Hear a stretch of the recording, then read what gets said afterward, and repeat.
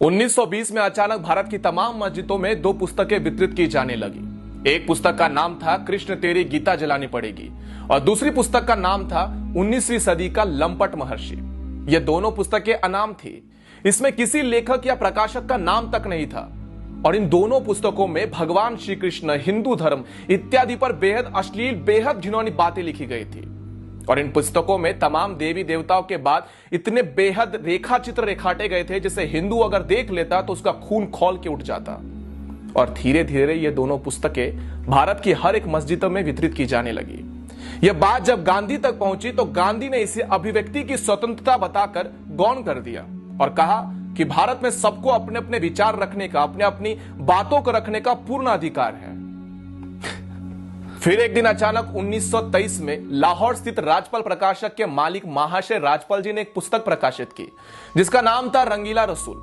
उस पुस्तक के लेखक का नाम गुप्त रखा गया था और लेखक की जगह लिखा गया था दूध का दूध और पानी का पानी। हालांकि उस पुस्तक में असली लेखक पंडित चंपूपति थे जो इस्लाम के जाने माने विद्वान थे। और सबसे अच्छी बात यह थी कि उस पुस्तक में कोई भी झूठ नहीं था बल्कि तमाम सबूतों के साथ बाकायदा आयत नंबर, हदीस नंबर इत्यादि देकर कई बातें लिखी गई थी। 1.5 वर्षों तक रंगीला रसूल बिकता रहा पूरे भारत में, कहीं कोई बवाल नहीं हुआ। लेकिन एक दिन अचानक 24 मई 1924 को गांधी ने अपने समाचार पत्र यंग इंडिया में एक लंबा चौड़ा लेख लिखकर रंगीला रसूल पुस्तक की खूब निंदा करी और अंत में 3 पंक्तियां ऐसी लिखी: मुसलमानों को स्वयं ऐसी पुस्तक लिखने वालों को सजा देनी चाहिए। गांधी का यह लेख पढ़कर पूरे भारत के मुसलमान अचानक से भड़क गए और राजपाल प्रकाशक के मालिक महाशय राजपाल जी के ऊपर केवल 3 वर्षों में 5 बार हमले हुए। लेकिन गांधी ने एक बार भी हमले की निंदा नहीं की थी।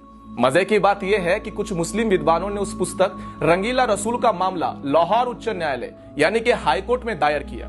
हाईकोर्ट ने 4 इस्लामिक विद्वानों को न्यायालय में खड़ा करके उनसे पूछा कि उस पुस्तक में ऐसी कौन सी पंक्ति है जो सही नहीं, आप स्वयं बता दीजिए। चारों इस्लामिक विद्वान इस बात पर पूरी तरह से सहमत थे कि इस पुस्तक में कोई गलत बात नहीं लिखी गई। फिर लाहौर उच्च न्यायालय ने महाशय राजपाल जी पर मुकदमा खारिज कर दिया और उन्हें बाइज्जत बरी कर दिया।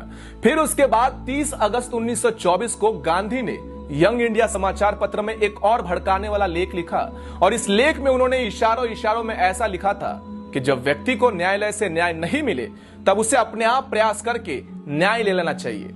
उसके बाद महाशय राजपाल जी के ऊपर 2 बार और हमले का प्रयास हुआ और अंत में 6 अप्रैल 1929 का हमला जानलेवा साबित हुआ जिसमें मोहम्मद इल्म दीन नामक एक युवक ने गदा से महाशय राजपाल जी के ऊपर कई बार वार किए जिनसे उनकी मौत हो गई थी। जिस दिन उनकी हत्या हुई उसके 4 दिन बाद गांधी लाहौर में थे। लेकिन गांधी महाशय राजपाल जी के घर पर शोक प्रकट करने नहीं गए और ना ही अपने किसी संपादकीय में महाशय राजपाल जी की हत्या की निंदा की।